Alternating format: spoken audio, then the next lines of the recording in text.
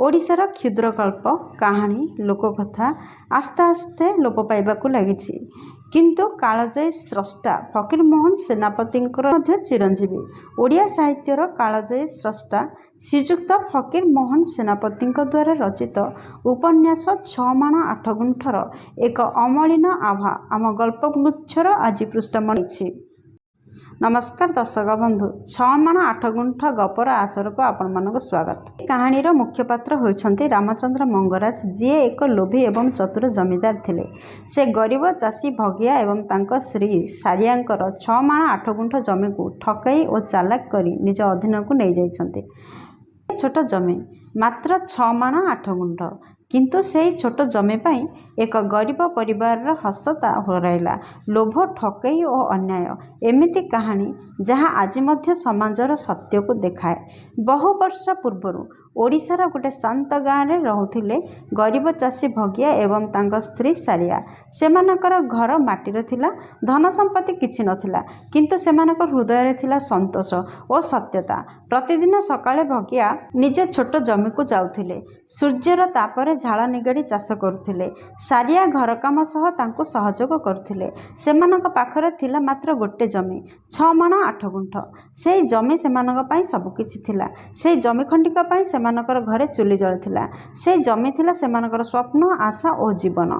से गाँव रे थिले गोटे धनी जमीदार रामचंद्र मंगराज। तांको पाखरे बहुत धन, जमी एवं शक्ति मध्य थिला। गाँव लोक माने तांको भय करथिले, किंतु मंगराजଙ୍କ मनरे थिला असीम लोभ। से गरीब मानकु ठकी तांको जमी दखल करथिले। दिने तांकर नजर पड़िला भगियाଙ୍କ छोट जमी उपरे। से भाबिले एही जमीटा मोर हबा दरकार। तापर से आरंभ करदेले भगिया और सारियांଙ୍କ उपरे चक्रांत।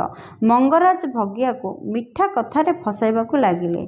केबे केबे ऋण देबा नामरे, केबे केबे सहायता करिबा नामरे। भगिया सरल मनीष थिला। से मंगराज को भरोसा करिथिला। धीरे धीरे कागज पत्रर खेल आरंभ होला। अशिक्षित भगिया किछि बुझी पारले नाही। मंगराज एमिति बहुत चतुरतारे सबु कागज तैयारी करथिले जे शेषरे भगियांकर जमी तांको नामरे होइगला। सेदिन भगिया सत्य जानिले, सेदिन तांको पाद तळु माटी खसीगला। से कांदी कांदी कहिले, मो जमी, मो जीवन, मोर सब शेष होइगला। 8 गुंठ जमी खंडक जमीदार पाखकू जीवा परे भगिया और सारियांकर जीवन अंधकार रे भरीगला। घरे खाइबाकू धान नथिला। भोकरे सेमाने दिन काटुथिले। सारियांक आखिरु सबुबेले लुह सुखु नथिला। से भाबुथिले, जे जमी को आमे निज संतान परी भल पाउथुलु, से जमी आज आमर नुहे। भगिया मनरु भांगी पड़िले। से दिन को दिन दुर्बल हो गले। गरीब लोकंकर दुख केही बुझु नथिले। समाज चुप थिला, किंतु अन्याय सब बेले रहे नहीं। मंगराज जेते धन संग्रह कले सेते तांकर मन अशांत होइला। लोक माने तांको घृणा करबाकू लागिले।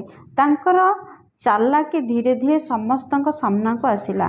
धन थिला किंतु सुख नथिला, शक्ति थिला किंतु सम्मान नथिला। शेषरे निजर लोभ और पापर फल से निजे भोग कले। तांको जीवन दुख और अपमान रे भरीगला। यह प्रमाण कला अन्यर अधिकार छिंडाई नहीं केही केबे सत्य सुख पाए नहीं।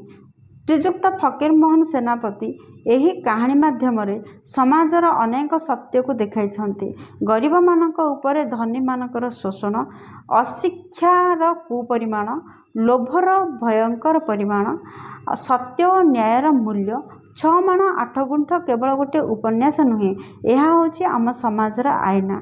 गरीबर लुहर मूल्य न थाए बोली जो माने भाबंती, समय सेमानको निश्चय उत्तर दे थाए। लोभरे हासिल करा जाइथिबा संपत्ति केबे मध्य प्रकृत सुख दे पारे नहीं। दर्शक बंधु, यह थिला फकीरमोहन सेनापतिंक द्वारा रचना करा जाइथिबा रोमांचकर उपन्यास 6 माण 8 गुंठर सार कथा। दर्शक बंधु, आशा करछि भिडियोटी आपको बहुत भल लगी। भिडियोटी जदि भल लगी भिडियोटी को लाइक कर दिंतु, शेयर कर दिंतु सांग मानक सहित। आउ चैनल नुआ थिले निहाती भाव सब्सक्राइब करंतु। फेसबुक पेज देखले पेज को फॉलो करंतु। पुणी देखा गल्पगुच्छर अन्य एक अध्याय। से पर्यंत जय जगन्नाथ।